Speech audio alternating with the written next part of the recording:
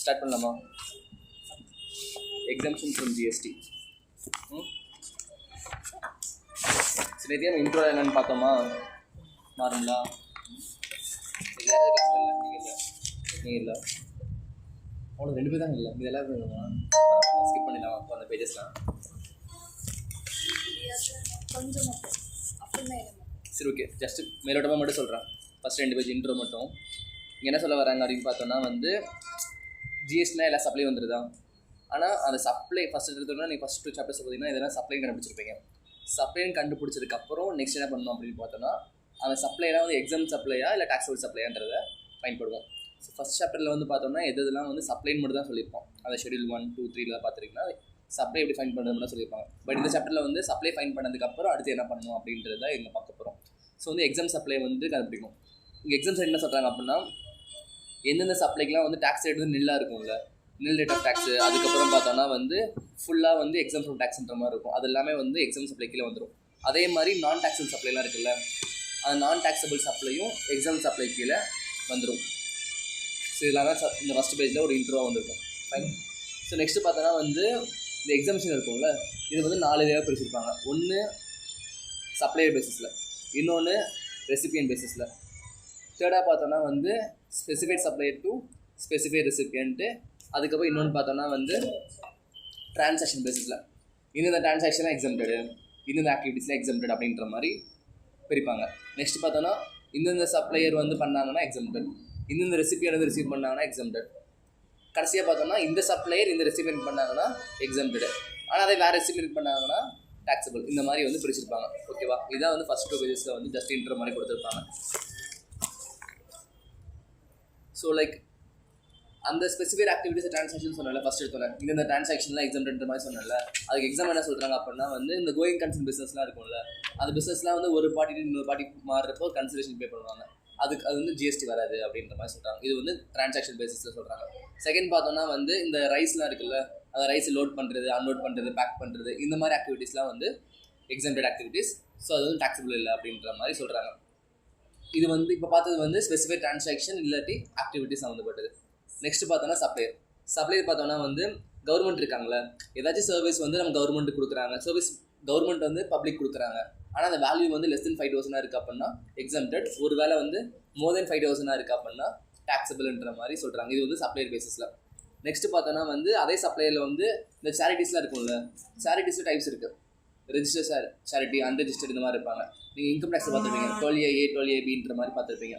அந்த மாதிரி ட்ரஸ்ட் தான் வந்து ரெஜிஸ்டர் ட்ரஸ்ட். அவங்க ஏதாச்சும் ஆக்டிவிட்டி பண்ணுறாங்க அப்படின்னா அதெல்லாம் வந்து எக்ஸம்டட்ன்ற மாதிரி சொல்லுவாங்க. ஸோ வந்து அந்த 12A 12AB ரெஜிஸ்டர் ட்ரஸ்ட் வந்து ஆக்டிவிட்டி பண்ணுறாங்க அப்படின்னா அது வந்து எக்ஸம்டட். அது என்னென்ன ஆக்டிவிட்டின்றதுலாம் உள்ள சொல்லுவாங்க. பட் ஆனால் மெயினாக வந்து இந்த 12A 12ABன்ற டேர்ம்ஸ் வந்து நான் வச்சுக்கோங்க. அண்ட் தென் பார்த்தோன்னா ரெசிபியன்ட் பேசிஸில் பார்த்தீங்க அப்படின்னா service provided to central government, state government, local authority, இந்த மாதிரிலாம் இருப்பாங்கள்ல, அவங்களுக்கு வந்து ஏதாச்சும் சர்வீஸ் பண்ணுறோம், ஏதாச்சும் சர்வீஸ் இல்லை, இன்சூரன்ஸ் ஸ்கீம் இருக்குல்ல, under any insurance scheme for which total premiums paid. Okay, central government, state government இவங்களாம் இருக்காங்களா அப்படின்னா லைக் அந்த கவர்மெண்ட்டில் ஒர்க் பண்ணுற எம்ப்ளாயிஸ், அந்த எம்ப்ளாயிஸுக்கு இன்சூரன்ஸ் சர்வீஸ் பண்ணுறாங்க, அந்த இன்சூரன்ஸ் ப்ரீமியம் வந்து கவர்மெண்ட்டே பே பண்ணுது அப்படின்னா அதுக்கு ஜிஎஸ்டி வராதுன்ற மாதிரி சொல்கிறாங்க. கவர்மெண்ட் எம்ப்ளாயிஸுக்கு இன்சூரன்ஸ் வந்து கவர்மெண்ட்டே பே பண்ணுறாங்க அப்படின்னா அதுக்கு வந்து ஜிஎஸ்டி வராதுன்ற மாதிரி சொல்கிறாங்க. இது வந்து ரெசிபியன்ட்டுக்கு. செகண்ட் பார்த்தோன்னா வந்து service provide to central government for which 75% or more of the total expenditure is borne by the central government. So வந்து இந்த சென்ட்ரல் கவர்மெண்ட், ஸ்டேட் கவர்மெண்ட் எம்ப்ளாயிஸ்லாம் இருப்பாங்கல்ல, அவங்களுக்கு வந்து அப்பப்போ வந்து ட்ரைனிங் ப்ரோக்ராம்ஸ்லாம் கனெக்ட் பண்ணுவாங்க. அவங்களோட ஸ்கில்லை இம்ப்ரூவ் பண்ணுறதுக்கு, டேலண்ட் இம்ப்ரூவ் பண்ணுறதுக்கு, இந்த மாதிரி ட்ரைனிங் ஆக்டிவிட்டிஸ் இருப்பாங்க. அப்படி வைக்கிற ட்ரைனிங் ஆக்டிவிட்டீஸ்க்கு 75% ஆஃப் தி அமௌண்ட் வந்து கவர்மெண்ட்டே ரீஇம்பர்ஸ் பண்ணுறாங்க அப்படின்னா அது வந்து எக்ஸம்டட். ஒரு வேளை வந்து பே பண்ணுறாங்க அப்படின்னா அப்போ டாக்ஸபிள் ஆயிரும். ஒரு வேளை கவர்மெண்ட் இப்போ 100 ரூபா பே பண்ணுறாங்க அப்படின்னா அதில் 75 ரூபா கவர்மெண்ட்டே கொடுக்குறாங்க அப்படின்னா அதுக்கு மேலே ஜிஎஸ்டி வராது. ஒரு வேளை வந்து கவர்மெண்ட் ஒரு 20 தான் கொடுக்குறாங்க, 10 தான் கொடுக்குறாங்க அப்படின்னா ஜிஎஸ்டி வருன்ற மாதிரி சொல்கிறாங்க. ஸோ இப்போ பார்த்து வந்து ரெசிபியன்ட்டோட பாயிண்ட் ஆஃப் வியூவில் இருந்து நெக்ஸ்ட் பார்த்தோன்னா வந்து specified supplier to specified recipient. இந்த குறிப்பிட்ட சப்ளையர் வந்து இந்த குறிப்பிட்ட ரெசிபியன்ட்டுக்கு இது சர்வீஸ் ப்ரொவைட் பண்ணுறாங்க அப்படின்னா எக்ஸம்டட். ஸோ இங்கே என்ன சொல்கிறாங்க அப்படின்னா இந்த எம்ப்ளாயி ஸ்டேட் இன்சூரன்ஸ் கார்பரேஷன் ஒரு கார்பரேஷன் இருக்குது. அந்த கார்பரேஷன் வந்து ஸ்டேட் இன்சூரன்ஸ் ஆக்ட் கீழே எம்ப்ளாயிஸ் கவர் ஆகிருப்பாங்கல்ல, அந்த எம்ப்ளாயிஸுக்கு அந்த கார்பரேஷன் வந்து இன்சூரன்ஸ் சர்வீஸ் ப்ரொவைட் பண்ணுறாங்க அப்படின்னா அப்போ வந்து அது எக்ஸம்டட்ன்ற மாதிரி சொல்கிறாங்க. அண்ட் தென் பார்த்தோன்னா வந்து என்பிஎஸ், நேஷனல் பென்ஷன் ஸ்கீம் ட்ரஸ்ட்னு ஒரு ட்ரஸ்ட் இருக்குது. ஸோ அது வந்து அதுக்கோட மெம்பர்ஸ்க்கு சர்வீஸ் கொடுக்குறாங்க அப்படின்னா அதுவும் எக்ஸம்டட்ன்ற மாதிரி சொல்கிறாங்க. ஜஸ்ட் இது மட்டும் தான் இன்ட்ரோல வந்து கொடுத்துருப்பாங்க. இதுக்கப்புறம் பார்த்தோன்னா வந்து நெக்ஸ்ட் பேஜில் வந்து power to grant exemption from டேக்ஸ்னு ஒரு ஹெட்டிங் இருக்கா. அதில் என்ன சொல்கிறாங்க அப்படின்னா கவர்மெண்ட் வந்து பப்ளிக்கோட வெல்ஃபேருக்காக எப்பப்போ தேவைப்படுதோ நேஷ்னல் அந்த இந்தியாவில் லைக் இப்போதைக்கு இந்தியா தான். ஸோ நம்மளோட கண்ட்ரியில் அப்பப்போ ஒரு சில பிரச்சனை வந்துட்டே இருக்கும். ஸோ அதுக்கேற்ற மாதிரி வந்து நோட்டிஃபிகேஷன் அமெண்ட்மெண்ட்ஸ் எல்லாம் கொடுத்தா தான் வந்து பப்ளிக் வந்து அங்கே நிம்மதியாக இருக்க முடியும். ஸோ அவங்களோட வெல்ஃபேருக்காக அவங்களோட நலனை வந்து கருதி கவர்மெண்ட் அப்பப்போ இந்தந்த ப்ராடக்ட்லாம் எக்ஸம்டட், இதுக்கு மேலே டேக்ஸ் வராது அப்படின்ற மாதிரி ரிலீஸ் பண்ணுவாங்க நோட்டிஃபிகேஷன். அந்த நோட்டிஃபிகேஷன் வந்து புரியல அப்படின்னா அதை வந்து எக்ஸ்ப்ளனேஷன் கொடுக்கறதுக்கு தனியாக இன்னொரு நோட்டிஃபிகேஷன் ரிலீஸ் பண்ணி எக்ஸ்ப்ளனேஷன்ற மாதிரி புரிய வைப்பாங்க. ஸோ இதெல்லாம் வந்து அந்த பவர் வந்து யாருக்கும் பார்த்தா ஜிஎஸ்டி கவுன்சில் இருப்பாங்களா, அவங்க வந்து இந்தியன் கவர்மெண்ட் கூட பேசிட்டு லைக் இந்த எப்பப்போ என்னென்ன ப்ராடக்ட்லாம் வந்து எக்ஸம்டட், எது வரைக்கும் எக்ஸம்டட், எவ்வளோ வந்து டேக்ஸபிள்ன்ற மாதிரி ஒரு லிஸ்ட் ஆஃப் ஆக்டிவிட்டீஸ்லாம் கொடுப்பாங்க. ஸோ அதெல்லாம் தான் இந்த நெக்ஸ்ட் பேஜில் கவர் ஆகிருக்கும். ஸோ இதாச்சும் நீங்கள் படிச்சிங்கன்னா உங்களுக்கே புரிஞ்சிடும். நார்மலாக தான் இருக்கும், பெருசாக எக்ஸாம் பாயிண்ட் ஆஃப் வியூவில் இல்லை. பட் ஆனால் ஜென்ரலாக ஒரு டைம் ரீட் மட்டும் பண்ணி பார்த்துக்கோங்க. நெக்ஸ்ட்டு பார்த்தோன்னா வந்து next heading goods exempt from டேக்ஸ்னு ஹெட்டிங் இருக்கா, எடுத்துட்டீங்களா? எங்கே இருக்குது? ஓகே. ஸோ இங்கே பார்த்தோன்னா வந்து under GST every items used by the common man have been included in the list of exempted items.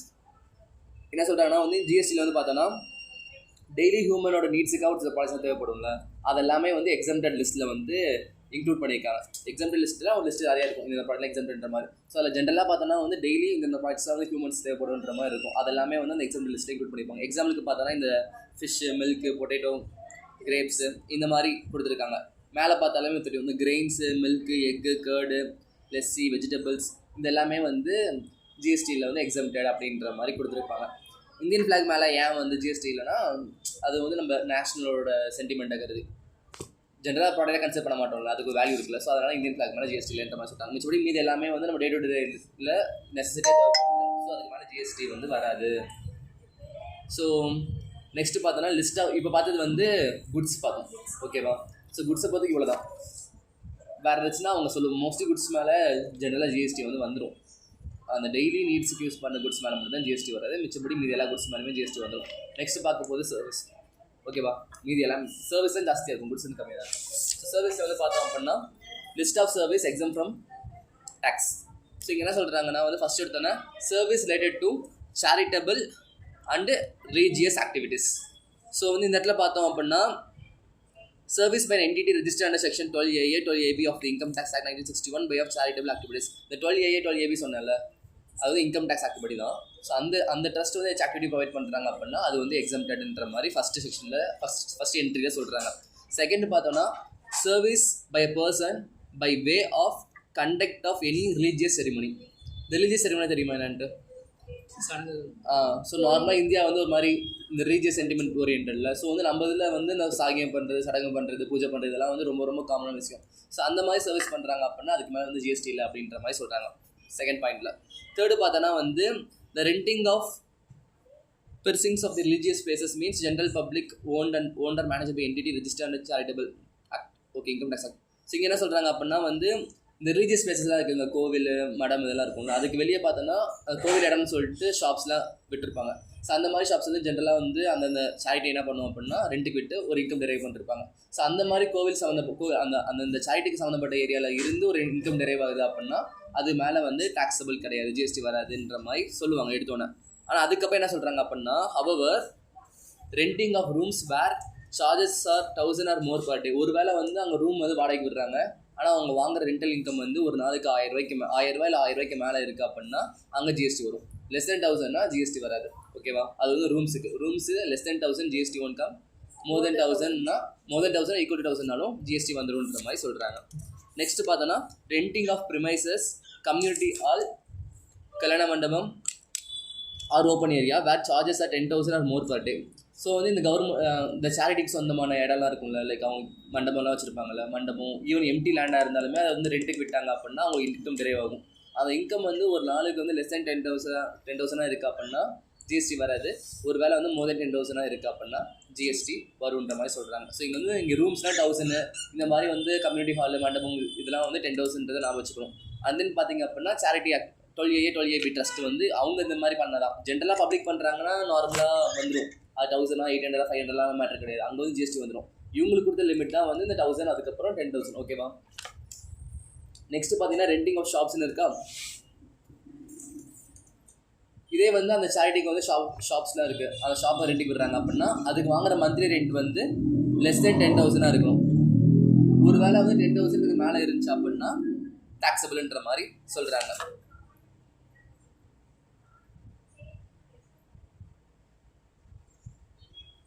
Okay, next point என்ன? 60th ஒன்று, service by a specified organization in respect of religious பில்கிரிமேஜ்னு இருக்கா. So இங்கே என்ன சொல்கிறாங்க அப்படின்னா ஒரு specified organisation வந்து அந்த ரிலீஜியஸ் பில்கிரிமேஜை ப்ரொமோட் பண்ணுறதுக்காக, இப்போ எக்ஸாம்பிளுக்கு அந்த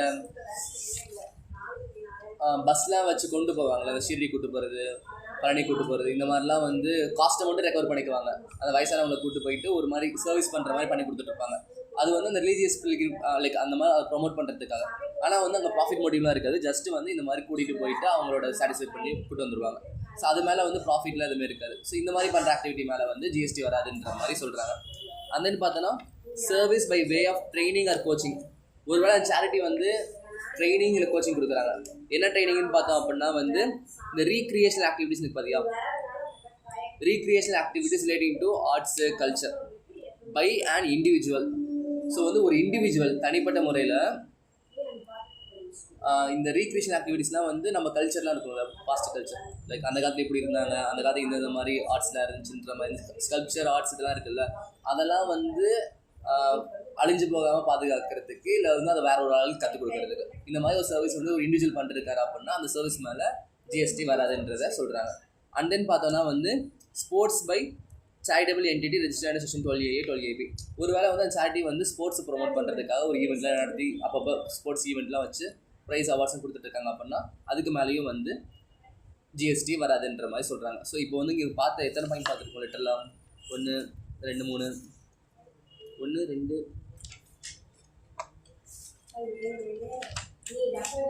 ஆக்சுவலாக 4 பாயிண்ட் தான். அந்த 4 பாயிண்ட்டுக்குள்ளே 2வது பாயிண்ட்டில் மட்டும் 3 பாயிண்ட் இருக்குது. ஓகேவா? ஸோ இதோட அனாலிசிஸ் தான் நெக்ஸ்ட் 3 பேஜஸில் இருக்கும். யாராச்சும் படிங்க analysis.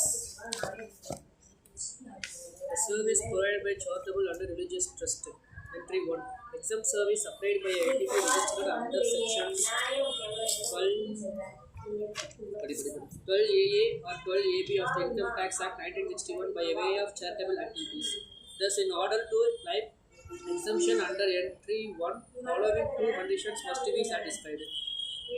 The entity should be registered under section 12AA or 12AB of the Income Tax Act 1961. And the entity must be carry out one or more of the specified charitable activities. Wait பண்ணுங்க. So என்ன சொல்கிறாங்க அப்படின்னா நான் first Entry 1 பார்த்தோம்ல, என்ன பார்த்தோம் Entry 1ல்? Service by an entity section 12A or 12B company. So வந்து அந்த மாதிரி என்டிட்டிஸ் வந்து லைக் ரிஜிஸ்டர்ட் சேரிட்டபிள் ஆக்டிவிட்டிஸ் பண்ணுறாங்க அப்படின்னா எக்ஸாம்பிள் மாதிரி பார்த்தோமா, அதுக்கு ஒரு கண்டிஷன் என்ன சொல்கிறாங்க அப்படின்னா அவங்க வந்து பேசிக்காக 12A 12AB கீழே வந்து ரெஜிஸ்டர் ஆகிருக்கணும். செகண்ட் பார்த்தோன்னா entity must carry out 1 or more of specified charitable activity. அந்த ஸ்பெசிஃபைட் சேரிட்டபிள் ஆக்டிவிட்டிஸ்னால் என்னன்றது சொல்லுவாங்க அப்கமிங்கில். பட் ஆனால் லைக் அவங்க வந்து அந்த ஸ்பெசிஃபைட் ஆக்டிவிட்டீஸ் வந்து ஒன்றுக்கு இல்லை மேற்பட்ட ஆக்டிவிட்டிஸ் ஃபாலோ பண்ணுறாங்க, கனெக்ட் பண்ணுறாங்க அப்படின்னா தான் எக்ஸம்டட், இல்லைனா டாக்ஸ் அப்படின்ற மாதிரி சொல்கிறாங்க. ஓகேவா? ஸோ வந்து before proceeding further let us first understand the meaning of the charitable activities. So வந்து இங்கே வந்து சேரிட்டபிள் ஆக்டிவிட்டினா என்னென்ன அப்படின்றத பார்த்துலான்ற மாதிரி சொல்கிறாங்க. பப்ளிக் ஹெல்த்ன்றது first point. Public health by way of care or counselling அப்படின்னு சொல்லிட்டு terminally ill person or person with severe physically or mentally disability. So பார்க்கலாமா? இப்போ இதெல்லாம் சேரிட்டபிள் ஆக்டிவிட்டிஸ் பார்த்தோம்னா ஸோ ரெக்கார்ட் பண்ணுறீங்க வேலை இருக்கு.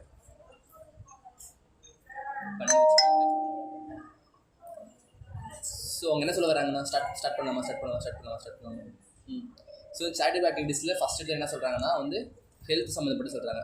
Public health by way of care or கவுன்சிலிங்னு சொல்லிட்டு என்ன சொல்கிறாங்கன்னா ஃபஸ்ட் எடுத்தோடனே terminally ill persons or person with severe physical or mental disability. So யாருக்காச்சும் வந்து பெருசாக ஃபிசிக்கல் டிசபிலிட்டி இல்லை மென்டல் டிசபிலிட்டி இருக்குது அப்படின்னா அவங்கள வந்து கேர் பண்ணுற மாதிரி ஆக்டிவிட்டீஸ் பண்ணுறாங்க. அந்த மாதிரி ஆக்டிவிட்டீஸ் வந்து பண்ணணும். சேரிட்டபிள் ஆக்டிவிட்டி ஃபஸ்ட்டு சேரிட்டிஸ்லாம் அந்த மாதிரி ஆக்டிவிட்டீஸ் பண்ணணும். செகண்ட் பார்த்தோன்னா வந்து person afflicted with HIV or AIDS. So இந்த மாதிரி டிசீஸ் அட்டாக் இருப்பாங்கல்ல, அவங்கள வந்து க்யூர் பண்ணுறதுக்கான ஸ்டெப்ஸும் அவங்க வந்து பார்த்துட்டு இருக்கணும். அண்ட் தென் பார்த்தோன்னா person addicted to a dependence forming substance such as drugs or alcohol. இப்போ வந்து அந்த ட்ரக்ஸுக்கு அடிக்ட் ஆகி அவங்கள வந்து வெளியே கொண்டு வரதுக்கு ஏகப்பட்ட சேரிட்டிஸ்லாம் பார்த்தீங்களா, அந்த மாதிரி ஆக்டிவிட்டீஸும் அவங்க பண்ணிகிட்டு இருக்கோம்.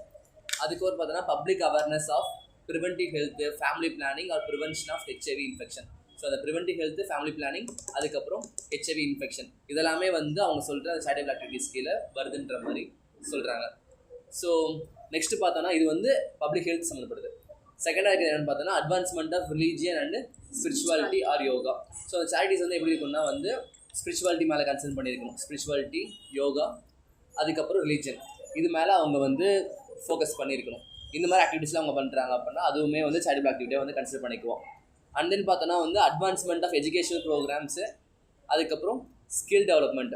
So educational programme and skill development programme வந்து அவங்க வைக்கணும். ஆனால் யாருக்கு சம்மந்தப்பட்ட மாதிரி இருக்கணும்னு பார்த்தோன்னா அந்த அபண்டன்ட், ஆர்பன் ஆர் ஹோம்லெஸ் சில்ட்ரனாக இருப்பாங்கல்ல, இந்த சைடுலாம் இருப்பாங்கல்ல, யாருமே இல்லாத குழந்தைங்க இருப்பாங்கல்ல, அவங்களோட எஜுகேஷனுக்கு சம்மந்தப்பட்ட ஆக்டிவிட்டீஸாக இருக்கணும். அண்ட் தென் பார்த்தோன்னா வந்து physically or mentally abused or traumatised persons. So வந்து ஃபிசிக்கலாக மென்டலாக ஒரு சிலர்லாம் பாதிக்கப்பட்டிருப்பாங்க. மூவிஸில் பார்த்துருப்போம்ல, ரொம்ப டாக்ஸிக்காக ரிலேஷன்ஷிப்பில் இருந்துட்டு ஒரே ஒரு மாதிரி சைக்கோபத் அந்த மாதிரிலாம் ஆகிட்டு போயிடுவாங்கல்ல, பசங்களை சொல்கிறேன், பொண்ணுங்களால பசங்க பாதிக்கப்பட்டு அந்த மாதிரி இருப்பாங்க.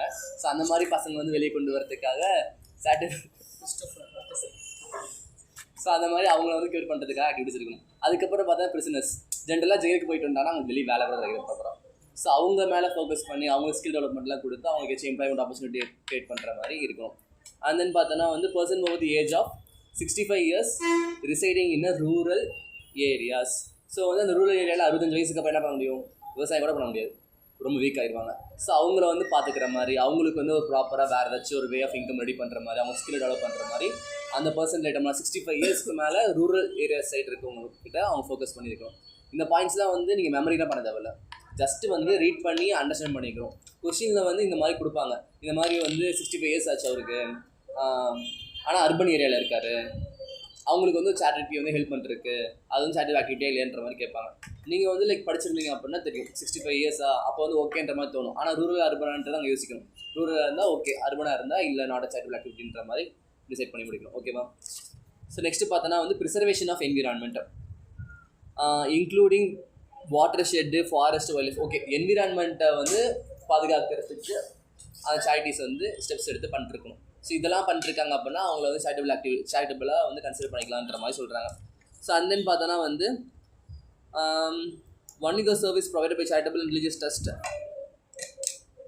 which fall within the above definition of charitable activity are eligible for exemption from GST. So என்ன சொல்கிறாங்க பார்த்தோன்னா இப்போ ஹெல்த் சம்மந்தப்பட்டது, அண்ட் தென் பார்த்தோன்னா religion, spirituality, yoga, and then பார்த்தோன்னா வந்து educational programme, skill development programme related to orphan childrens, அதுக்கப்புறம் வந்து physically mentally abused persons, prisoners, அதுக்கப்புறம் person over the age of 65 years residing in rural areas. So இவங்களுக்காக பண்ணுறதுலாம், இவங்களுக்காக பண்ணால் தான் வந்து அவங்க அந்த எக்ஸாம்ஷனை கிளைம் பண்ணிக்க முடியும். ஒருவேளை இதெல்லாம் தாண்டி வேறு பண்ணிருக்காங்க அப்படின்னா அவங்களுக்கு வந்து எக்ஸாம்ஷன் கிடையாதுன்ற மாதிரி நெக்ஸ்ட் பேரால சொல்கிறாங்க. அதுக்கப்புறம் பார்த்தோன்னா for instance grant of advertising rights to a person for publicity on the premises charitable religious trust or publication of the trust or granting admission to events, functions, celebrations, show against admission ticket for free etc. will attract GST. So ஒரு சில பர்சன்ஸ்லாம் இருப்பாங்க, அவங்களுக்கு வந்து எப்படின்னா வந்து publicity நம்ம அப்படி பார்த்துருக்கோம்ல, பப்ளிசிட்டிக்காக activity பண்ணுறோம் அப்படின்னா வந்து அதை நம்ம சப்ளையாக எடுத்துக்க மாட்டோமா, எடுத்துக்குவோன்னு பார்த்துருக்கோம். எடுத்துக்குவாங்க, பேர் வந்து வாண்டடா போறாங்க, பப்ளிசிட்டின்னு முடிஞ்சிச்சு, புரியுதா? பப்ளிசிட்டி அப்படினால எல்லாமே வச்சுட்டு அர்த்தம். பப்ளிசிட்டியாக பண்ணாமல் நார்மலாக வந்து ஒரு வாலண்டியராக பண்ணுறாங்க, ஒரு சேவை மனப்பான்மையோட பண்ணுறாங்க அப்படின்னா ஆக்டிவிட்டியில் வராதுன்னு பார்த்துருப்போம். பப்ளிசிட்டினால என்ன அர்த்தம்? ஃபேமஸ் ஆனது தான். ஸோ அது டிஃபால்ட்டாக வந்து ஜிஎஸ்டி வந்துடும். அதே பசங்க திருப்பி கொண்டு வராங்க. ஸோ பப்ளிசிட்டிக்காக ஏதாச்சும் பண்ணுறாங்க அப்படின்னா தட் வில் அட்டாக் ஜிஎஸ்டின்ற மாதிரி நெக்ஸ்ட் பேரால முடிக்கிறாங்க. And then பார்த்தோன்னா இந்த following paras you examine some of the service applied by the entity registered under section 12A 12AB சொல்லிட்டு சொல்கிறாங்க. லைக் என்னென்ன ஆக்டிவிட்டிலாம் வந்து அந்த 12A 12AB பண்ணியிருக்காங்கன்ற மாதிரி எக்ஸாம்பிள்ஸாக சொல்கிறாங்கன்னு நினைக்கிறேன். பார்க்கலாம். Activities of school, colleges or any other education institution run by a charitable trust by way of education or skill development of abandoned orphans, homeless children, physically or mentally abused person, prisoners, person over the age of 65 years or above residing in rural areas will be considered charitable activity and income from such supply will be wholly exempt from GST. மேலே பார்த்தோம்ல. So இந்த மாதிரி மேலே பார்த்த ஆக்டிவிட்டீஸ்லாம் வந்து அவங்க பண்ணுறாங்க அப்படின்னா அதை வந்து சேரிட்டபிள் ஆக்டிவிட்டியாக கன்சிடர் பண்ணி அது வந்து டிரைவர் இன்கம்மை வந்து ஜிஎஸ்டி கீழே கொண்டு வர மாட்டோன்ற மாதிரி சொல்கிறாங்க. அண்ட் தென் பார்த்தோன்னா the term rural area means the area comprised in a village as defined in land revenue records, excluding the area under any municipality committee, municipality corporation or town area committee, cantonment board or notified area committee or any area that may be notified as an urban area by okay எதெல்லாம் urban area இல்லையோ அதெல்லாம் rural area. ஜென்ரலாக municipality லிமிட்டில் வரது எல்லாமே வந்து urban ஏரியாவாக தான் இருக்கும். Municipality லிமிட்டை தாண்டி வரது தான் வந்து ரூரல் ஏரியான்னு சொல்லுவோம். ஸோ அந்த மாதிரி ஏரியா முனிசிபாலிட்டிக்குள்ள இருக்கிறது ரூரல் ஏரியா. முனிசிபாலிட்டினா லைக் பஞ்சாயத்து. பஞ்சாயத்து வேறு முனிசிபாலிட்டி வேறு, புரியுதா? நீங்களாம் வந்து பஞ்சாயத்து தலைவர்ஸ் இல்லை அப்படி தானே? சரி ஓகே, நெக்ஸ்ட்டு ஒரு எக்ஸாம்பிள் இருக்கா? யாராச்சும் படிங்க. ஓகே நானே படிச்சிடறேன். இல்லை யார் தூங்குறீங்க? எல்லாரும் முடிச்சிருக்கீங்களா? சார் அப்போ நானே படிக்கிறேன். சிக்ஷா academy, an educational institution run by some trust. A charitable trust registered under section 12AB of the Income Tax Act. இதை பார்த்தாலே தெரியுது அந்த ட்ரஸ்ட் வந்து 12AB கீழே ரெஜிஸ்டர் பண்ணி வச்சிருக்காங்கன்றது ஃபர்ஸ்ட் 3 நிலை தெரியுது. As organized a skill development program for the old age people over the age of 65 years. Okay தான். Residing in Bangalore city. So நான் இது வந்து எக்ஸாம் கீழே வராது. கரெக்டாக வரும். exempted இல்லை. Service provided by Shiksha Academy not fall within the purview of charitable activity. The activity related to advancement of skill development related to a person over the age of 65 years are covered under the definition of charitable activity only when such persons are residing in rural area. இது answer நீங்கள் எக்ஸாமில் கொடுக்கணும். புரியுதா? அதை பார்த்தோன்னே உங்களுக்கு தெரியும். நீங்கள் வந்து எக்ஸாக்டாக அந்த ரூரல்ன்ற விட படிச்சிங்கன்னா எக்ஸாமில் போய் ஞாபகம் இருக்கும். ஒரு வேளை சும்மா மேலோட பார்த்துட்டு போனீங்க அப்படின்னா தெரியாது. அங்கே வந்து நீங்கள் கொடுத்துட்டு ஜஸ்ட் இது எழுதணும், இந்த மாதிரி ஒரு அர்பன் ஏரியா இருக்காரு, ஸோ வந்து டேக்ஸ் வரும், இதே வந்து ரூரல் ஏரியா இருந்திருந்தானா வராது அப்படின்றத நீங்கள் சொல்லிட்டீங்கன்னா போதும். வேறு எது அதிகமாக அவங்க எக்ஸ்பெக்ட் பண்ண மாட்டாங்க எக்ஸாம் பாயிண்ட் ஆஃப் வியூவில். அண்ட் தென் பார்த்தோன்னா வந்து activities of the school or college or institution run by a trust which do not come within the ambit of charitable activity will not be exempt under entry 1. So, however, such activities may be exempt under entry institutions provided in the school, college, institute, qualifies as an educational institution. இந்த point முன்னாடி பார்க்கவே இல்லையே. Entry லேட்டர்னு சொல்லி அப்படியா? Okay. So நம்மளும் அப்போ லேட்டராக பார்த்துக்கலாம். அதுக்கப்புறம் hostel accommodation provided by trust. Hostel accommodation service provided by trust to student to not fall within the ambit of charitable activity. So வந்து ஸ்டூடெண்ட்ஸ்க்கு வந்து அவங்க ஹாஸ்டல் ஃபெசிலிட்டி கொடுக்குறாங்க அப்படின்னா அது வந்து charitable activities கீழே வராதுன்னு சொல்கிறாங்க. ஓகேவா? எஜுகேஷன் ஆக்டிவிட்டி கொடுத்தா வரும், பட் ஆனால் ஹாஸ்டல் அக்காமடேஷன்லாம் கொடுத்தாங்கன்னா வராது. அப்போ ரிலீஜியஸ் யாத்ராஸ் அண்ட் பில்கிரிமேஜ்னு சொல்லி ஹெட்டிங் இருக்கா? ஸோ என்ன சொல்கிறாங்கன்னா வந்து அந்த யாத்ரா இல்லை பில்கிரிமேஜ்லாம் வந்து organised by charitable or religious trust or not exempt. Okay, இங்கே என்ன சொல்கிறாங்கன்னா அந்த யாத்ரா அப்படி இல்லைன்னா பில்கிரிமேஜ் ஆக்டிவிட்டீஸ்லாம் இருக்குல்ல, அது வந்து ஒரு ரெஜிஸ்டர்டு இல்லை organised by any charitable or religious trust or not exempt. அது வந்து சப்போஸ் ஏதாச்சும் ஒரு charitable இல்லை ஏதோ ஒரு ரிலீஜியஸ் ஆக்டிவிட்டி பண்ணுறவங்களால வந்து பண்ணுறாங்க அப்படின்னா அது வந்து எக்ஸாம் கிடையாது. Only a service of religious pilgrimage as provided by specified organization in respect of religious pilgrimage facilitated by the Government of India under bilateral arrangement are exempt from GST. So வந்து ஏதோ ஒரு trust இல்லை ஏதோ ஒரு religious trust வந்து அந்த மாதிரி service provide பண்ணுறாங்க அப்படின்னா அதெல்லாம் எக்ஸம்டடாக கன்சிடர் பண்ணிக்க மாட்டோம். ஒன்லி ஸ்பெசிஃபைட் ஆர்கனைசேஷன் பண்ணுறாங்க அப்படின்னா தான் அது வந்து நம்ம எக்ஸம்டடாக கன்சிடர் பண்ணிக்கிறோன்ற மாதிரி சொல்கிறாங்க. அந்த ஸ்பெசிஃபைட் ஆர்கனைசேஷன்லாம் என்னென்ன அப்படின்றது கீழே கொடுத்துருப்பாங்க. ஸோ வந்து லைக் இந்த பீப்புளெலாம் வந்து அந்த ஆக்டிவிட்டி ப்ரொவைட் பண்ணுறாங்க, சர்வீஸ் ப்ரொவைட் பண்ணுறாங்கன்னா எக்ஸம்டடு. ஒரு வேளை வந்து ஜஸ்ட் சும்மா வந்து சேரிட்டி இல்லைனா ரிலீஜியஸ் ட்ரஸ்ட்டு ப்ரொவைடிங் வந்து பில்கிரிமேஜ் இல்லை யாத்ராஸ் வந்து சர்வீஸ் ப்ரொவைட் பண்ணுறாங்க அப்படின்னா நீங்கள் எக்ஸாமில் போயிட்டு எக்ஸம்டட்னு கொடுத்துடக்கூடாது. ஏன்னா தெளிவாக ஃபஸ்ட் பண்ணி சொல்கிறோம். ஜஸ்ட் வெறும் சேரிட்டி அப்படி இல்லைனா வந்து ரிலீஜியஸ் ட்ரஸ்ட் வந்து இந்த ஆக்டிவிட்டி கொடுக்குறாங்க அப்படின்னா அது வந்து not exempted. Only specified organisation கொடுத்தா மட்டும்தான் எக்ஸம்டட்ன்ற மாதிரி கொடுத்துருக்காங்க. அந்த ஸ்பெசிஃபைட் ஆர்கனைசேஷன் என்னென்னு பார்த்தீங்கன்னா கீழே பார்த்தீங்களா KMBN of Uttarakhand. And then பார்த்தோன்னா வந்து ஹஜ் கமிட்டி, இது வந்து உங்களுக்கு ஹஜ் கமிட்டி இது வந்து முஸ்லீம் சம்மந்தப்பட்டதுன்னு நினைக்கிறேன் ஹஜ் கமிட்டி. அதுக்கப்புறம் பார்த்தோன்னா in short as per ND 60 the service provided by Hajj committee and KMVN in relation to pilgrimage to Mecca and Kailash. மெக்கான்றது தான் நீங்கள் போகிற இடமா? ஓகே. கைலாஷ்ன்றது ஹிந்துஸ் போவாங்களா இருக்குது. ஸோ வந்து முஸ்லீம்ஸ்லாம் வந்து கொஞ்சம் நாட்களுக்கு அப்புறம் வந்து அந்த மெக்கான்ற ஏரியாக்கு போயிட்டு அல்லா பார்க்க போவாங்க நினைக்கிறேன். அதே மாதிரி ஹிந்துஸ்லாம் வந்து கொஞ்சம் நாட்களுக்கு அப்புறம் சிவனை பார்க்க போகிறேன், காசி போகிறேன்ற மாதிரி போவாங்கல்ல, அந்த மாதிரி அவங்க போகிறாங்க. அதுக்கு வந்து ஒரு ஸ்பெசிஃபிக் ஆர்கனைசேஷன் சர்வீஸ் ப்ரொவைட் பண்ணுது. அந்த ஸ்பெசிஃபிக் ஆர்கனைசேஷன் யாருன்னு பார்த்தோம்னா இந்த ஹஜ் கமிட்டியும் அதுக்கப்புறம் அந்த KMBNும். இவங்க 2 பேர் வந்து இந்த மாதிரி யாத்திரா பில்கிரிமேஜ் ஆக்டிவிட்டி ப்ரொவைட் பண்ணுறாங்க, சர்வீஸ் ப்ரொவைட் பண்ணுறாங்க அப்படின்னா இட் இஸ் எக்ஸாம்பிள். ஸோ வந்து நீங்கள் வந்து கொஸ்டின்ல இந்த இவங்க 2 பேர் ப்ரொவைட் பண்ணுறாங்கன்றதை பார்த்துக்கணும். இவங்களை தவிர வேறு யாராச்சும் கொடுக்குறாங்க அப்படின்னா டாக்ஸபிள்ன்ற மாதிரி முடிச்சிருங்க. ஓகேவா? ஸோ நெக்ஸ்ட் பார்த்தீங்கன்னா கீழே எக்ஸாம்பிள் இருக்குது. ஸோ அதான் இவங்க 2 பேர் கொடுக்குறாங்க அப்படின்னா இட்ஸ் நாட் லைபிள் டு GSTன்ற மாதிரி சொல்கிறாங்க. அண்ட் தென் பார்த்தீங்கன்னா KMBN supply numerous services namely medical facility, catering services, security, accommodation service, etc. to the pilgrim undertaking Kailash pilgrimage. Such service provided by KMBN in respect of the religious pilgrimage to Kailash are covered under 60 and thus are exempt. So வந்து அந்த KMBN இருக்காங்களா, அவங்க வந்து கூட்டிகிட்டு போகிறது மட்டும் இல்லை, அவங்க போகிறவள்ள பார்க்குற மெடிக்கல் எக்ஸ்பென்சஸில் இருந்து அக்கமடேஷன் தங்குறதுக்கான செலவில் இருந்து ஃபுட்டு கொடுக்கறதுலேருந்து எல்லாமே வந்து எக்ஸம்டட்ன்ற மாதிரி சொல்கிறாங்க. ஓகேவா? Same applicable for Hajj also, அவங்களுக்கும் அதுதான் அப்ளிகபிளாக இருக்கும். அண்ட் தென் பார்த்தோன்னா arranging yoga and meditation camp by charitable trust. So like இப்போ ஈஷாலாம் இருக்குல்ல, அவங்களாம் மோஸ்ட்லி பார்த்தா யோகா, லைக் அவங்க யோகா தான் ஃபேமஸ்ஸு. அவங்க பண்ணுறதே சேரிட்டின்ற மாதிரி சொல்லுவாங்க. எல்லாமே வந்து அவங்க டாக்ஸபிளாக இருக்காது, எல்லாமே வந்து எக்ஸம்டடாக தான் இருக்கும். ஸோ அந்த மாதிரி லைக் ஈஷான்றது நம்ம தமிழ்நாட்டில் ஃபேமஸாக, அதே மாதிரி ஒவ்வொரு ஸ்டேட்டுக்கும் ஒருத்தர் இருப்பான். பட் ஆனால் மோஸ்ட்லி சவுத் இந்தியாவில் பார்த்தோன்னா வந்து ஈஷான்றது நல்லா ஃபேமஸான நேம். பட் ஆனால் வந்து நார்த் இந்தியாவில் நார்த் சைட் போனாலுமே வந்து அந்த அது யாரும் பாபா குருஜியோ வேற ஒரு ஆள் இருப்பாங்க, அந்த பதஞ்சலி கேள்விப்பட்டிருக்கீங்களா? அவரும் அதே மாதிரி தான் யோகா சம்மந்த மாதிரி தான் இருப்பாங்க. பட் எல்லாமே அந்த மாதிரி லைக் இவங்கெல்லாம் சத்குரு தானே இவரு, அவர் ஆனால் இந்த இடத்துல அண்டர் என்ட்ரி 16 இந்த பார்த்துருப்பீங்களே ஃபர்ஸ்ட் பேஜ் அவங்க என்ட்ரி நம்பர்னு கொடுத்து 113 மாதிரி கொடுத்துருக்கோம். ஏகப்பட்ட இது அந்த என்ட்ரிஸில் வர எல்லாமே எக்ஸம்டட் தான். நம்ம புக்கில் வந்து ஒரு சில ஸ்பெசிஃபிக்காக கொடுத்துருக்கோம். என்ட்ரி 16 இருக்குது. என்னாச்சு? கிறிஸ்டின்ஸ் பற்றியா? எல்லா மதமும் கிறிஸ்டின்ஸ்லாம் ஆக்சுவலாக பண்ணுங்க.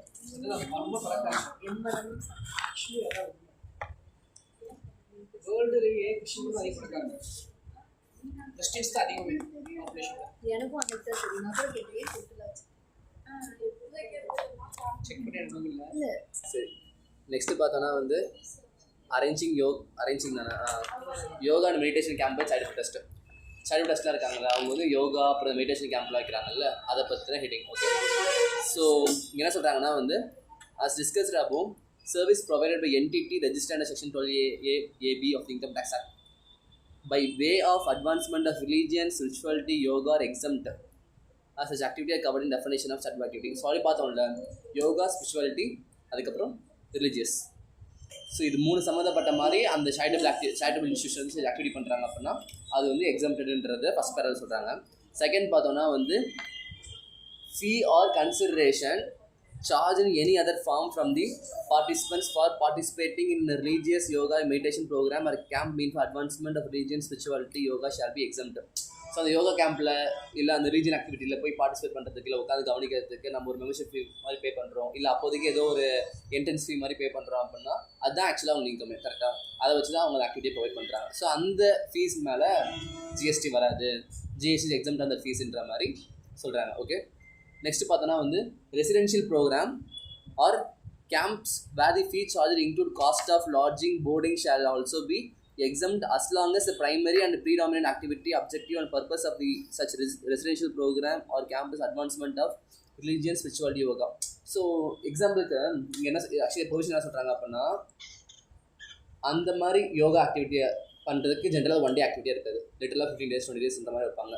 ரீஜன் ஆக்டிவிட்டியாக சரி, யோகா இருந்தாலும் சரி. ஸோ 15 days வந்து அவங்க பண்ணுறாங்கல்ல, அது பண்ணுறதுக்கு அவங்க ஒரு ஃபீ பே பண்ணுறாங்க. அந்த ஃபீ எக்ஸாம்ன்றது ஆல்ரெடி பார்த்துட்டோம். ஆனால் அவங்க 15 days ஸ்டே பண்ணுறாங்கல்ல, ஸ்டே பண்ணுற அவங்க ஃபுட்டுக்கான செலவு, லாஜிக்கான செலவு, இந்த செலவுலாம் இருக்கும்ல, அதுவுமே எக்ஸாம்ட்டு எப்போனா வந்து ப்ரைமரியாக வந்து அந்த யோகாவை கன்சல்ட் பண்ணி மட்டும் அவங்க வந்துருந்தாங்க அப்படின்னா, லைக் அவங்க பண்ணுற ஆக்டிவிட்டி ஃபுல்லாக யோகாக்காக வந்திருக்காங்க, அவங்க வந்து வேறு எந்த வேலையும் பார்க்கல, வராங்க யோகா அட்டன் பண்ணுறாங்க அண்ட் தென் வந்து ஸ்டே பண்ணுறாங்க, திருப்பி அட்டன் பண்ணுறாங்க. இப்போ நீ போனில் இந்த 7 நாள் கிளாஸ்ன்ற மாதிரி, அவங்க போனால் என்ன 1 hour தான் கிளாஸ், பட் ரிமைனிங் ஹார்ஸ்லாம் நீங்கள் ஊர் சுற்றிட்டு இருந்துருப்பீங்க. பட் இது எப்படின்னா வந்து மேக்ஸிமம் அங்கேயே தான் இருக்கிற மாதிரி இருக்கும். அந்த மாதிரி இருக்காங்க அப்படின்னா அந்த ஸ்டேக்கான எக்ஸ்பென்சஸ் எல்லாமே வந்து எக்ஸம்டட் அப்படின்ற மாதிரி, அதுக்கு மேலே ஜிஎஸ்டி வராதுன்ற மாதிரி அவங்க சொல்கிறாங்க. யார் சொல்லு?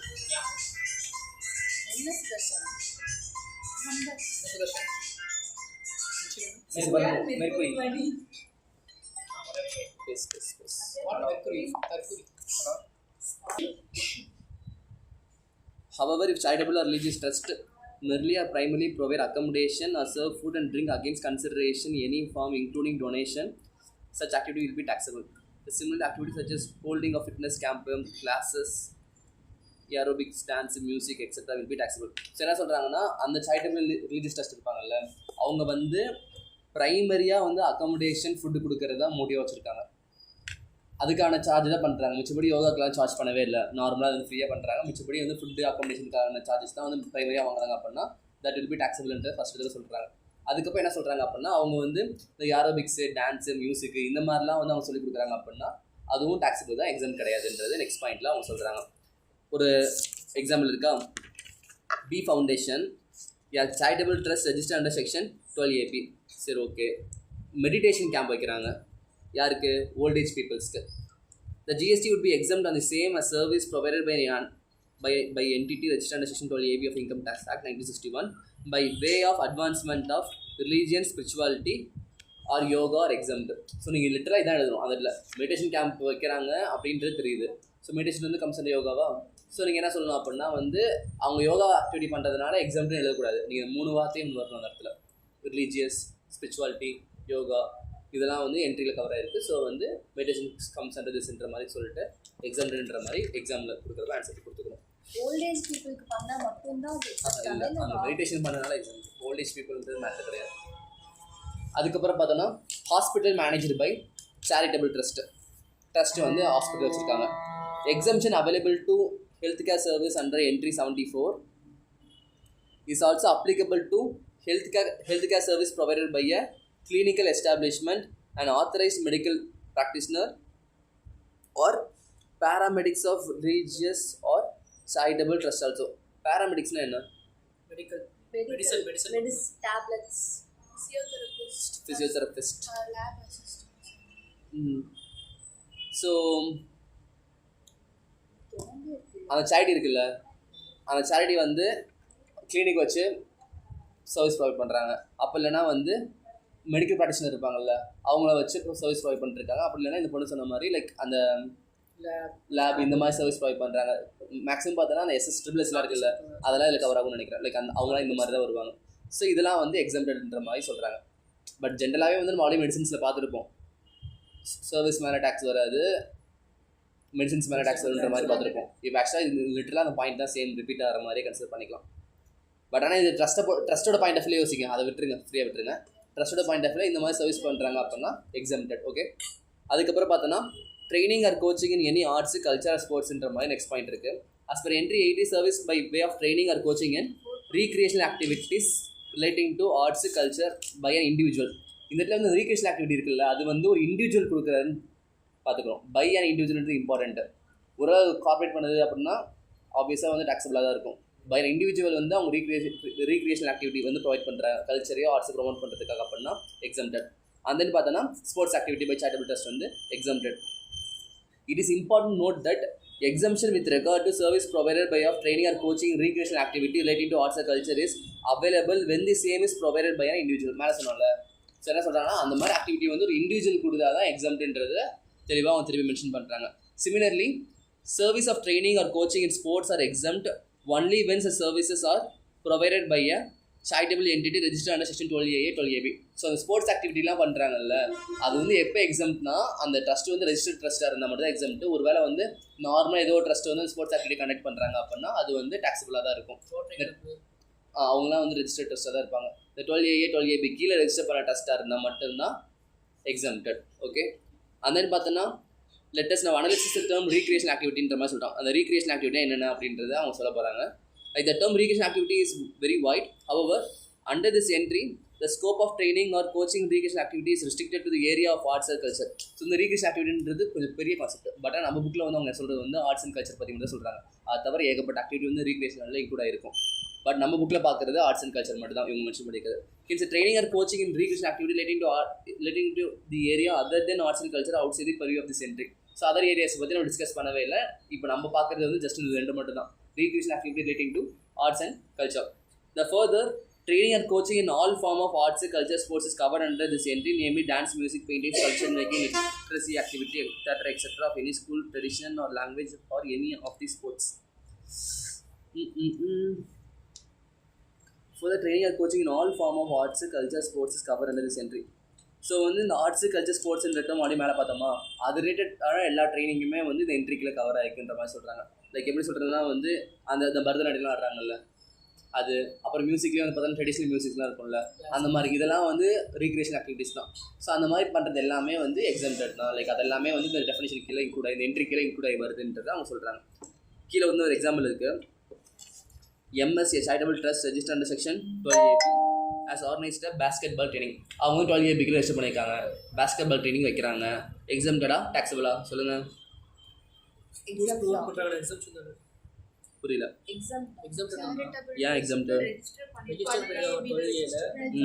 ஸ்போர்ட்ஸ் படி பண்ணுறாங்க, 12ABக்கு ரெஜிஸ்டர் இருக்குது, ஸோ தேர் எக்ஸம்டட்ன்ற மாதிரி அந்த எக்ஸாம் சொல்கிறாங்க. அதுக்கப்புறம் GST service provided to charitable trust.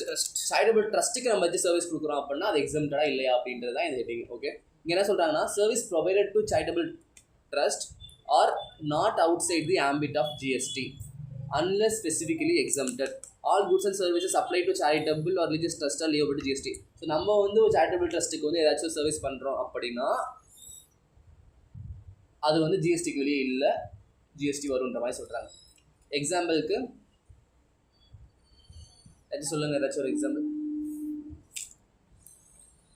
charitable trustக்கு நம்ம ஏதாச்சும் ஒரு சர்வீஸ் பண்ணுறோம் அப்படின்னா அதுக்கு மேலே GST வரும். நார்மலாக ஒரு ரெஜிஸ்டர் பர்சன் இருக்கான்னு வச்சுக்கோங்க, நான் பண்ணுற எல்லாத்துக்குமே வந்து GST வரும். கரெக்டாக? ஸோ நான் வந்து இண்டிவிஜுவல் கொடுக்குறேன்னா ஒரு சேரிட்டி கொடுக்குறேன்றது மேட்டர் கிடையாது. நான் பில் போடுறப்ப GST போட்டு தான் பில் போடுவேன். ஸோ அவங்க வந்து என்கிட்ட சர்வீஸ் ஏதோ ஒன்று வாங்கிட்டு போகிறாங்க அப்படின்னா அந்த சர்வீஸ் மேலே நான் GST போட்டு தான் பில் பண்ணுவேன். அதுக்கு அவங்க GST பே பண்ணி தான் ஆகும். பே பண்ணிட்டு அவங்க எக்ஸ்பென்சஸில் மொத்தமாக காம்பனண்ட் இவ்வளோ, GST இவ்வளோன்ற மாதிரி. எக்ஸாம்பிளுக்கு வந்து சர்வீஸ் வேல்யூ 100 rupees, GST 18ன்ற மாதிரி போட்டு ஒரு 118 வந்து அவங்க எக்ஸ்பென்சில் புக் பண்ணிட்டு போயிட்டே இருப்பாங்க. ஆனால் அவங்க வந்து வாங்குற ஃபீஸ்லாம் இருக்கும்ல, அவங்களுக்கு வர இன்ஃப்ளோஸ்லாம் இருக்கும்ல, அது மேலே GST வராது ஸ்பெசிஃபைடாக. பட் அவங்க பண்ணுற எக்ஸ்பென்சஸ் மேலாம் GST வரும்ன்றது தான் இதில் சொல்கிறாங்க. Service provided to charitable trust வந்து GSTக்குள்ளே தான் இருக்குது, எக்ஸம்டட் இல்லைன்றது அவன் தெளிவாக சொல்லிட்டான். ஓகே, ஏன்னா எக்ஸாம்பிள் கொஸ்டின் வரும் இந்த மாதிரி வந்து charitable trustக்கு நீங்கள் வந்து ஒரு ரெஜிஸ்டர்ட் charitable trust 12AB கீழே வந்து ரெஜிஸ்டர் பண்ணியிருக்காங்க, அவங்களுக்கு வந்து நீங்கள் சர்வீஸ் ப்ரொவைட் பண்ணுறீங்க, எக்ஸம்டட் டாக்ஸபிளான்ற மாதிரி கேட்பாங்க. நீங்கள் அந்த இடத்துல யோசிக்காமல் எக்ஸம்டட்னு போட்டுருவீங்க. ஏன்னா charitable trust ரெஜிஸ்டர்னு சொல்கிறான், போட்டுருவோன்னு சொல்லிட்டு போட்டுருவோம். அது யார் கொடுத்தா யார் வாங்கினாலாம் யோசிக்க மாட்டீங்க. ஸோ தெளிவாக மைண்டில் வச்சுக்கணும். ஓகே, ஸோ வந்து ஒரு இண்டிவிஜுவல் இல்லை யாரோ ஒருத்தர் charitable trustக்காக பண்ணுறாங்க, ட்ரஸ்ட் வந்து அந்த ஆக்டிவிட்டியை வந்து வெளியிருந்து வாங்குது அப்படின்னா GST வந்து டிஃபால்ட்டாக வரும் அப்படின்றத இந்த இடத்துல சொல்கிறாங்க. Next, conduct of any religious ceremony. So going to entry 13, it can be inferred that the amount charged by whatsoever name called for the conduct of any religious ceremony is exempt from GST. So என்ன பேரை வேணால் இருந்துட்டு போகுது, religious செரிமனிக்காக நம்ம அவங்க amount charge பண்ணுறாங்க அப்படின்னா அது டிஃபால்ட்டாக எக்ஸம்டட். ஓகே, ஏன்னா நிறையா இருக்குல்ல வாங்குறதுக்கு, ஏகப்பட்ட ஆப்ஷன்ஸ், ஏகப்பட்ட டைப்ஸ் இருக்குது, ஒவ்வொரு ஃபங்க்ஷனுக்கும் ஒவ்வொரு பேர் இருக்குது. ஸோ என்ன பேரை வேணால் இருந்துட்டு போகுது, ஆனால் அது வந்து செரிமனியாக இருக்குது, ரிலீஜியஸ் செரிமனியாக இருக்குது அப்படின்னா எக்ஸம்டட்ன்றது டிஃபால்ட்டாக சொல்லி முடிச்சிட்டாங்க. அண்ட் தென் பார்த்தோன்னா இந்த religious ceremonies R life cycle rituals including special religious pujas conducted in terms of religious text by persons authorized by such religious text. Birth, marriage, death involve elaborate religious. தெரியும்ல, பிறந்தா function, செத்தா function, மேரேஜ்னா function, மூணுக்கும் இந்த மாதிரி ஒவ்வொன்றுக்கும் function வச்சுட்டு இருக்கும். எல்லாத்துக்கும் ஐயர்லாம் வருவாங்க. ஸோ அந்த நேம்ஸ்லாம் தேவையில்ல, அது வந்து ரிலீஜியஸ் செரிமனியாக இருந்துச்சு அப்படின்னா எக்ஸம்டட்ன்ற மாதிரி முடிச்சிடுறாங்க. அதுக்கப்புறம் RJ a priest charges 12,000 for conducting a religious ceremony on birthday of யாரோ ஒருத்தரோட பையன். The amount charged for the conduct of any religious ceremony is exempt from GST. ஓகேவா? ஒரு பர்த்டே ஃபங்க்ஷனுக்காக ஒரு ப்ரீஸ்ட்டை கூப்பிட்டு பண்ணுறாங்க, அவர் சார்ஜ் பண்ணுற ஃபீஸ் மேலே GST வராது. Okay, next, renting of precincts of religious space meant for general public. ஸோ அதாவது ஒரு ரிலீஜியஸ் ஸ்பேஸை வாடகைக்கு விட்டு வர வருமானத்தை என்ன பண்ணுறோன்றதை பார்க்குறோம். இது நம்ம ஆல்ரெடி நம்ம தெளிவாக பார்த்துருக்கோம். ரூம்ஸாக இருந்தால் 1000, மண்டபம்ஸாக இருந்தால் 10,000. இதே வந்து ஷாப்ஸாக இருந்தால் 10,000 அதுக்குள்ளே எக்ஸம்ட்ன்றதை நம்ம பார்த்துருக்கோமா. ஸோ அதுதான் இந்த இடத்துல சொல்லுவாங்க. பார்த்துடலாம், முடிச்சுக்கலாம் லைன் பை லைனாகவே. ஸோ என்ட்ரி 13 என்ன சொல்கிறாங்க அப்படின்னா,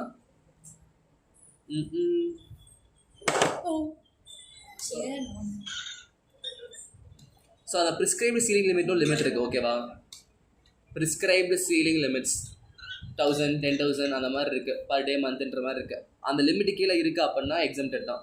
this exemption is determine on the basis of amount of consideration charge for such renting. அந்த எக்ஸம்ஷன் வந்து அந்த ரெண்ட் நம்ம எவ்வளோ அமௌண்ட் வாங்குறோமோ, ஒவ்வொரு ப்ராப்பர்ட்டிக்கு என்ன அமௌண்ட் வாங்குறோமோ அதை பொறுத்து மாறும்.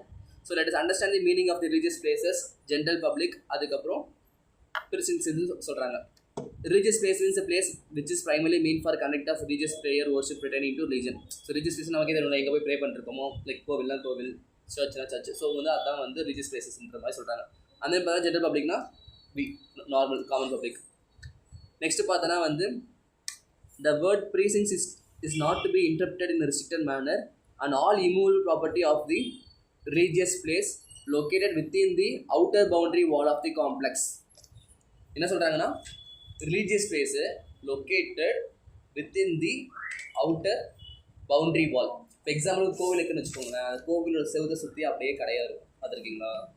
ஸோ அது எல்லாமே தான் இந்த இவங்க சொல்கிற இந்த இது அதான் வந்து இந்த ப்ரீசிங்ஸ்ன்ட்டு அவங்க சொல்கிறாங்க. அந்த கோவில் செவத்தை சுற்றி இருக்கிறதோ இல்லை அந்த கோவில் இடம்னு சொல்லிட்டு ஒரு சில இடத்துல வந்து பெரிய கடையை கட்டி விட்டுருப்பாங்க. ஸோ அதில் இருக்க எல்லா இன்கமுமே வந்து கவர்மெண்ட்டுக்கு தான், லைக் கவர்மெண்ட்னா அந்த ட்ரஸ்ட்டுக்கு தான் போகும். ஓகே, ஸோ அந்த ட்ரஸ்ட் அது பேர் தான் வந்து இவங்க அந்த சொல்கிற வந்து preachings. Okay, is to be considered being located in the precincts ன்னு சொல்லிட்டு the immovable property located in the immediate vicinity and surrounding of the religious place or owned by the religious place or under the same management as the religious place may be considered as being located in the principle of the religious place and extended the benefit of our exemptions. So just அது மட்டும் தான். அது கோவில் சம்மந்தப்பட்ட கோவில்னா example கோவில்னு சொல்கிறேன், அது எந்த ரிலீஜியஸ் பிளேஸாக இருந்தாலும் ஓகே தான். ஓகே, ஸோ அந்த ரிலீஜியஸ் பிளேஸு அப்புறம் அது சம்மந்தப்பட்ட இடம் கிட்டே இருந்தாலும் சரி, தூரமாக இருந்தாலும் சரி, அது வந்து இம்யூல் ப்ராப்பர்ட்டியாக இருக்குது அப்படின்னா அது மேலே இருந்து வர இன்கம் வந்து என்ன பண்ணுறோன்றதான் மேட்டர். அது வந்து ஒரு இமூவ் ப்ராப்பர்ட்டி வந்து ரூமாக இருக்குது அப்படின்னா அந்த லிமிட்டு. அதே வந்து கல்யாண மண்டபமாக இருக்குது, இல்லை எம்டி லேண்டாக இருக்குது, அப்படி இல்லை ஒரு ஷாப்ஸாக இருக்குது அப்படின்னா அந்த அவங்க ரிசீவ் பண்ண இன்கம் வந்து என்ன பண்ணுறோன்றது தான் இந்த ப்ரொவிஷன் ஃபுல்லாக சொல்கிறாங்க. நெக்ஸ்ட்டு பார்த்தோன்னா கீழே 2 எக்ஸாம்பிள் இருக்கா.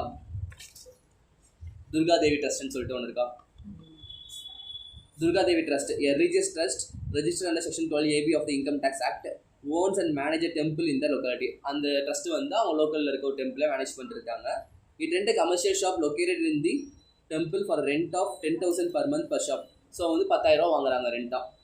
The consideration so received is liable to GST. As such services are exempt only when consideration is less than 10,000 per month. புரியுறதா? இன்கேஸ் அது வந்து 9999 இருந்தால் எக்ஸம்ப்டடாக இருக்கும். பட் அவன் 10,000 வாங்குறதுனால கம்ஸ் இந்த ஜிஎஸ்டி டாக்ஸபிள்ன்ற மாதிரி சொல்கிறாங்க. இது நீங்கள் எக்ஸாமில் கரெக்டாக படிக்காமல் போனீங்க அப்படின்னா அங்கே போயிட்டு ஈக்குவல் டு 10,000 லெஸ் தென் 10,000 தெரியாது, ஆன்சர் தப்பாக இருக்கும். லெஸ் தென் 10,000 மட்டும் தான் எக்ஸாம்ட். அங்கே போனால் என்ன எப்படி தெரியுமா இருக்கும், 10,000 வரைக்கும் எக்ஸாம்ட் நினச்சிட்டு போகிறீங்க. 10,000 தானே கொடுத்துருக்கான் எக்ஸாம்ட்ன்ற மாதிரி டக்கு மிஸ்டேக் ஆகும், நீங்கள் வந்து எக்ஸாம்ட் போட்டுருவீங்க. பட் ஆக்சுவலாக அது எக்ஸாம்ட் கிடையாது.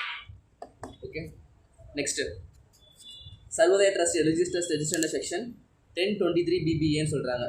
12AB ரெஜிஸ்டர்ட் இல்லை, 1023 BBA. Owns and manager Gurudwara. It rents a community hall located in the premises of the Gurudwara for rent of 9,000 per day. So இங்கே என்ன சொல்கிறாங்க, 9,000 வந்து வாங்குறாங்க ஒரு ஃபங்க்ஷன் ஹாலுக்கு. ரெஜிஸ்டர்ட் ட்ரஸ்ட்டாக இவங்க 23 BBAன்னு இருக்குது.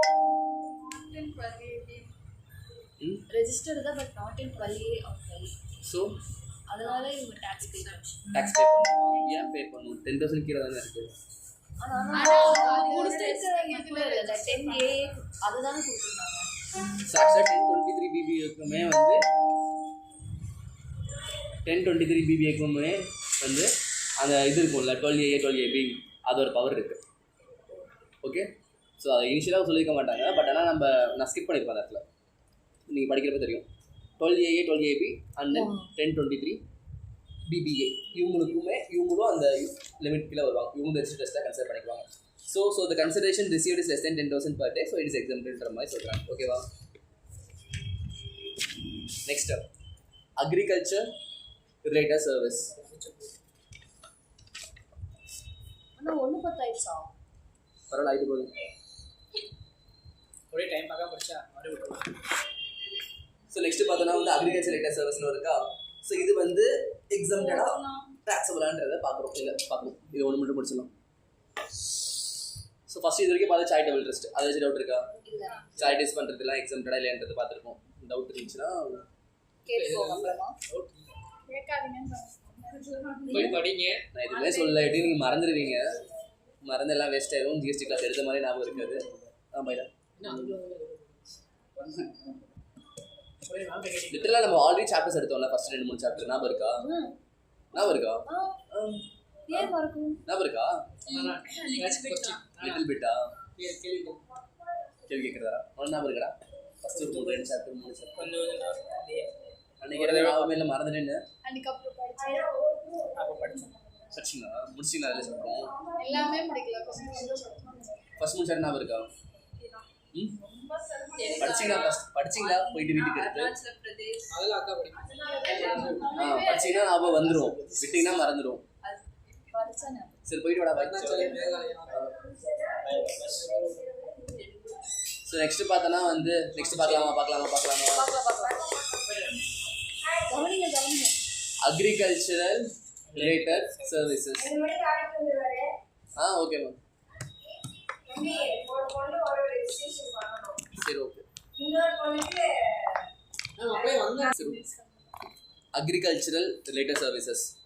Service by way of loading, unloading, packing, storage or warehousing of rice. ரைஸ்லாம் இருக்குல்ல, தெரியுங்களா? ரைஸ்லாம் என்னன்னு? சாப்பாடு ரைஸ் ஒன்றா? அரிசி வேற, ரைஸ்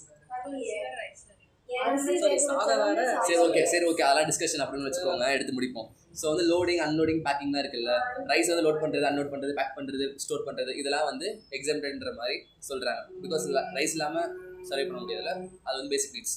அதுக்கப்புறம் பார்த்தோன்னா service by way of warehousing of minor forest produce. அந்த சின்ன ஃபாரஸ்ட்லேருந்து வர ப்ராடக்ட்ஸ், எக்ஸாம்பிள் அது மிளகு அந்த மாதிரி நினைக்கிறேன். ஃபாரஸ்ட்லேருந்து வர பேசிக்கான ப்ரொடியூஸ்லாம் இருக்கும்ல, ஸோ அதெல்லாம் வந்து எக்ஸாம்டட்ன்றது சொல்கிறாங்க. and then பார்த்தோன்னா service by of storage or warehousing of cereals, pulses, fruits and vegetables exempted. Service relating to cultivation of plants, plant cultivate பண்ணுறாங்கல்ல அது. அதுக்கப்புறம் rearing of all life forms of animals except the rearing of horses for food, fiber, fuel, raw material or other similar products or agricultural produce by way of agricultural operation directly related to production of any agricultural produce including cultivation, harvesting, threshing, plant protecting or testing. So என்ன சொல்கிறாங்கன்னா வந்து agriculture ப்ரொடியூஸ்லாம் இருக்கும்ல, நார்மலாக பிளான்ஸை grow பண்ணுறது, அதுக்கப்புறம் அனிமல்ஸை வளர்க்குறது, chicken, mutton, code, so இதெல்லாம் grow பண்ணுறாங்கல்ல.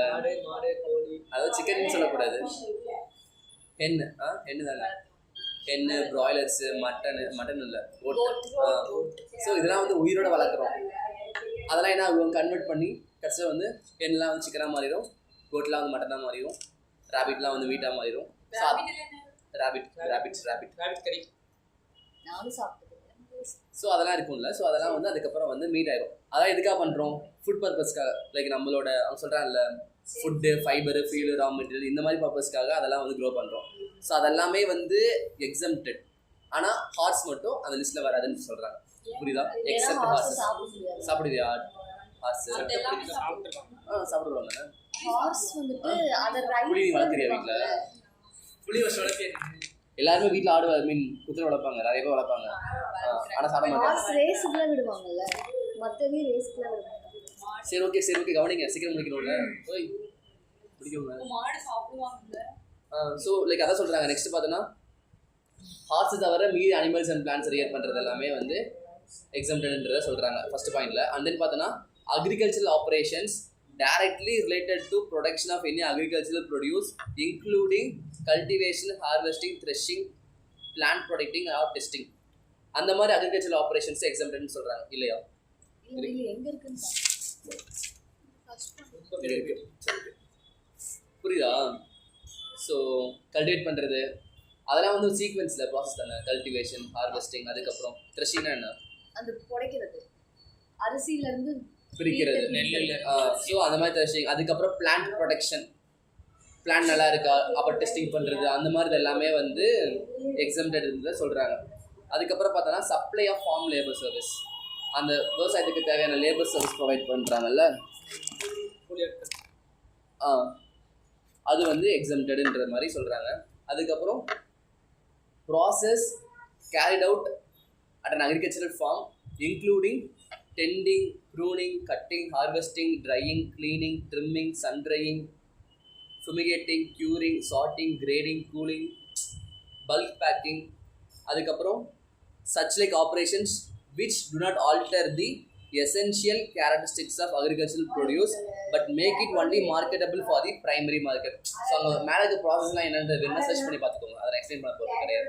ஆனால் அந்த அக்ரிகல்ச்சர் ப்ரொடியூஸோட ப்ரைமரியாக நேச்சர் இருக்கும்ல, அந்த நேச்சரை ஆல்டர் பண்ணாமல் ஜஸ்ட் அதை மார்க்கெட் பண்ணுறதுக்கு மட்டும் அந்த ப்ராசஸ் யூஸ் பண்ணுறோம் அப்படின்னா அது எக்ஸம்டடுன்னு சொல்கிறாங்க. புரியுதா? அதாவது அந்த ப்ராசஸ் யூஸ் பண்ணி அதோட நேச்சரே மாற்றிட்டோம் அப்படின்னா டாக்ஸபிள் ஆகிடும். அந்த மாதிரி ப்ராசஸ் யூஸ் பண்ணி ஜஸ்ட் பேக் பண்ணி மார்க்கெட் பண்ணுறோம் அப்படின்னா டிஃபால்ட்டாக ரைஸ் தானே வெளியே போகுது. ஸோ அதெல்லாம் வந்து எக்ஸம்டட் தான் அப்படின்றத சொல்கிறாங்க. அதுக்கப்புறம் பார்த்தோம்னா renting or leasing of agro machinery or vacant land with or without structure incidental to its use.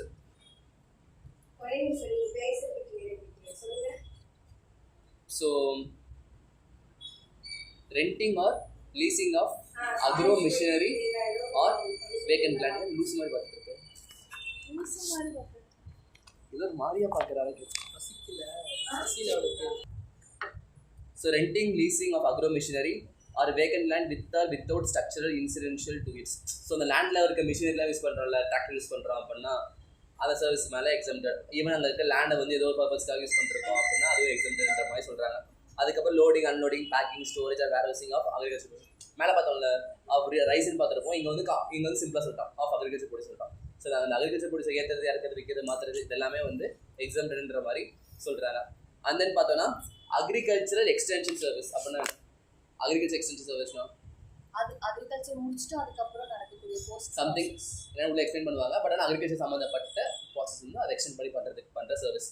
அதுக்கப்புறம் வந்து service by an agricultural produce marketing committee or board of service provided by a commission agent for sale or purchase of agriculture produce.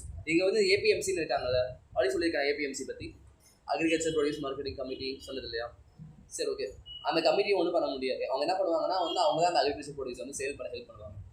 So அவங்க பண்ணுற service வந்து example மாதிரி சொல்லலாம். ஏன்னா வந்து இப்போ நம்ம ரைஸ் வாங்குறோம்ல, மூட்டையாக வாங்குறோமா, 50 கிலோ 60 கிலோ 50 கிலோ வாங்குறோம் மூட்டை.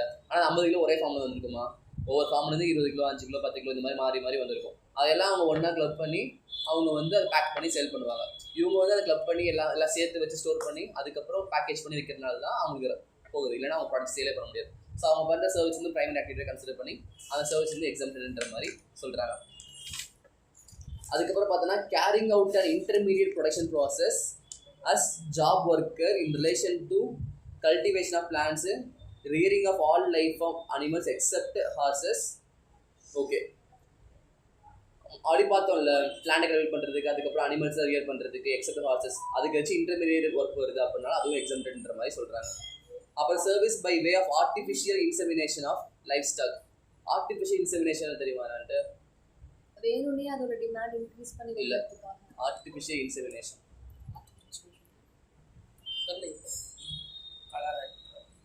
other than horses birth கொடுக்கிறது. லைஃப் ஸ்டாக்ஸ் இப்போ ஹார்சஸ்லாம் இருக்குன்னு வச்சுக்கோங்க, அதெல்லாம் ஆக்சுவலாக மேட் பண்ணலாம் விட மாட்டாங்க. ஜஸ்ட் வந்து அவங்க வந்து அந்த சிமெண்ட்ஸ்லாம் வந்து எடுத்து அந்த டாக்டரே மேட் பண்ணி விட்டு ஈஸியாக வந்து நெக்ஸ்ட் ஜென்ரேஷன்ற மாதிரி உருவாக்கி வந்துடுவாங்க. ஸோ அந்த ப்ராசஸ்லாம் வந்து எக்ஸாம்ன்ற மாதிரி சொல்கிறாங்க. ஓகேவா?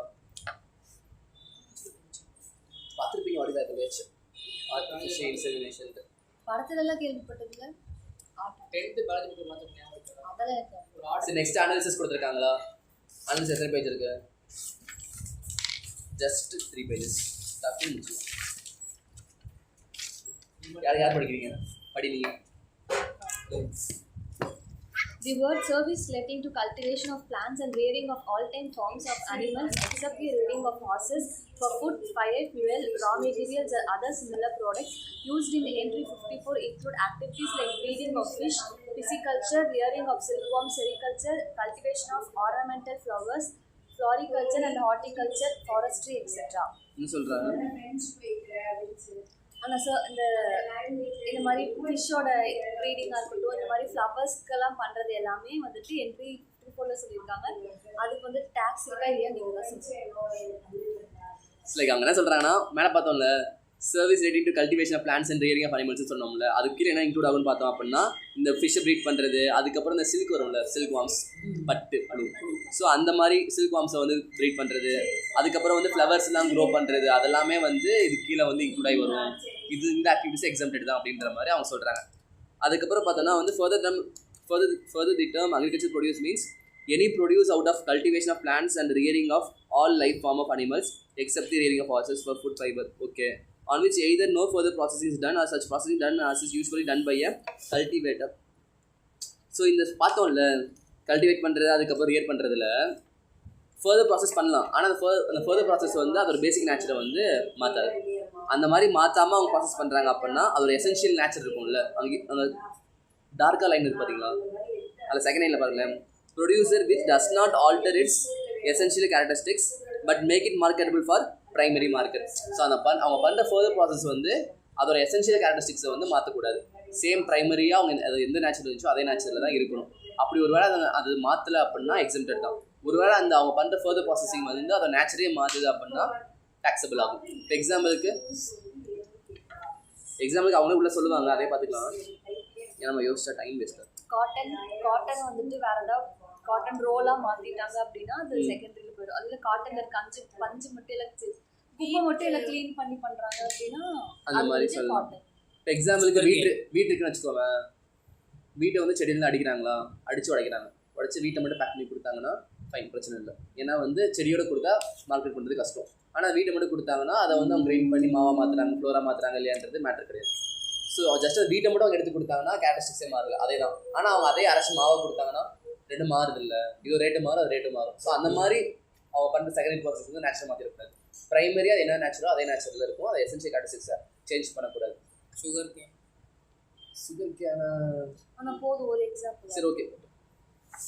It is important to note that agriculture produce is either subject to no further processing at all, or if any processing undertaken on the agriculture produce, it should not alter its essential characteristics. So அதே தான் repeat ஆகுது. அவங்க எச்சு process பண்ணுறாங்க அப்படின்னா வந்து அதோட essential கேரக்டரிஸ்டிக்ஸை மாற்றக்கூடாது. அதை ஒன்று அமைச்சுக்கோங்க. நெக்ஸ்ட்டு entry 54 படி. Entry 54 exempts the agriculture operations directly related to the production of any agriculture produce such as cultivation, harvesting, threshing, plant protection or testing. Further processes carried out at an agriculture farm including tending, pruning, cutting, harvesting, drying, cleaning, sun drying, fumigating, curing, sorting, grading, cooling or bulk packaging and such like operations which do not alter the essential characteristics of agriculture produce but make it only marketable for the primary market are also exempt. Same அதே தான் இங்கே சொல்கிறாங்க. அதோட essential characteristics மாற்றாமல் பண்ணுறது எல்லாமே exempted, மாற்றினா taxable. கீழே 2 பாயிண்ட் கொடுத்துருக்காங்க. Process which alter the essential characteristics of agriculture ப்ரொடியூஸ்ன்றது ஃபஸ்ட்டு ஒன்று. செகண்ட் பார்த்தோன்னா process which makes agriculture produce marketable in the retail market. So மேலே பார்த்தோன்னா வந்து which alter the essential characteristics of the agriculture produce. For instance, potato chips, tomato ketchup, etc. are manufactured through the process which alter the essential characteristics of farm produce. இப்போ வந்து தோட்டத்துலேருந்து தக்காளி எடுக்கிறோம், potato எடுக்கிறோன்னா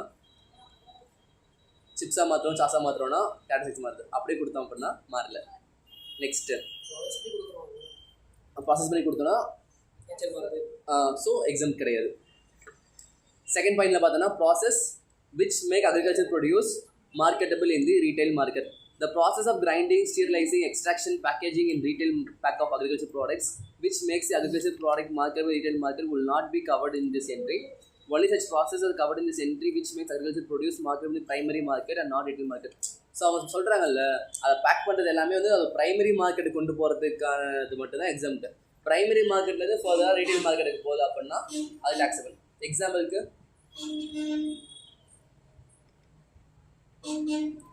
இப்போ ஹில்ஸ்லாம் வந்து மிளகுலாம் வருதில்ல மரத்தில், அங்கே என்ன ஆகும், ஹில்ஸில் இருக்கவங்க ஜஸ்ட் அதை வந்து பேக் பண்ணி மூட்டையாக போட்டு வந்து கொடுத்துருவாங்க. அங்கேருந்து கீழே வருது, ஹில்ஸ்லேருந்து கீழே இறங்கி ஒரு ஸ்டோரேஜ் கடைக்கு வருதுன்னா அதுதான் ப்ரைமரி மார்க்கெட்.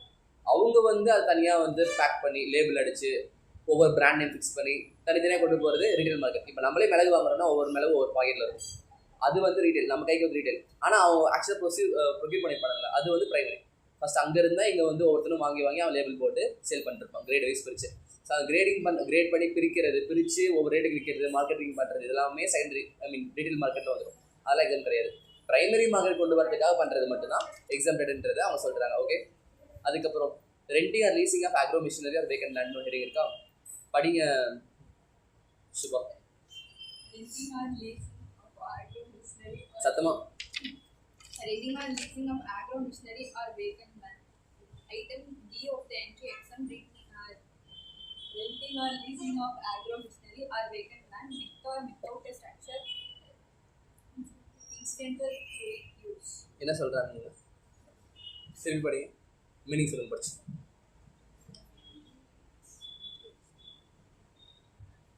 அண்ணா agro machinery கட்டி இந்த vacant land வந்து ரெண்ட் வாங்குறோம் இல்ல லீஸ் வாங்குறோம் அப்படினா இந்த இது வராது.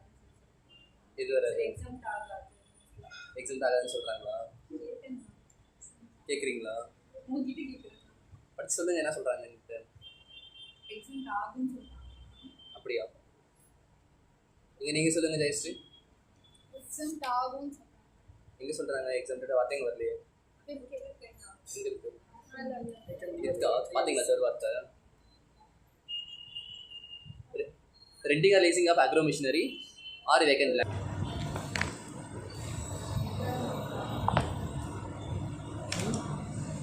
ஸோ இப்போ அக்ரிகல்ச்சர் லேண்ட் இருக்குன்னு வச்சுக்கோங்க, அங்கே யூஸ் பண்ணுற டிராக்டர் மேபி சொந்தமாக யூஸ் பண்ணலாம், அப்படி இல்லைன்னா பக்கத்துக்கு தோட்டத்துக்காரங்க வந்து வாடகைக்கு வாங்கலாம். கரெக்டாக எல்லாத்தையும் டிராக்டர் இருக்காது, எல்லாத்துக்கும் அந்த உழுகிற மிஷின் தான் இருக்காது, தேவையான மட்டும் வாங்கிக்குவாங்க. ஸோ அப்படி வாங்கி லேண்டுக்கு யூஸ் பண்ணுறாங்க அப்படின்னா அது வந்து எக்ஸம்ப்டட். அதே மாதிரி அக்ரிகல்ச்சர் ப்ரொடியூஸ் பண்ணுறோம்ல, அதை ஸ்டோர் பண்ணுறதுக்கு வச்சுக்க லேண்டு மேபி நம்மகிட்ட லேண்ட் இருக்காது, டெம்பரரியாக வந்து பக்கத்தில் ஒரு லேண்ட் இருக்கும், அவங்கள்ட்ட வந்து ரெண்ட்டுக்கு எடுத்து அதை ஸ்டோர் பண்ணி வச்சுருக்கோம். ஸோ அதுவும் வந்து எக்ஸம்ப்டட்ன்ற மாதிரி சொல்கிறாங்க. ஓகேவா? அதான் renting or leasing of agro machineries or vacant lands.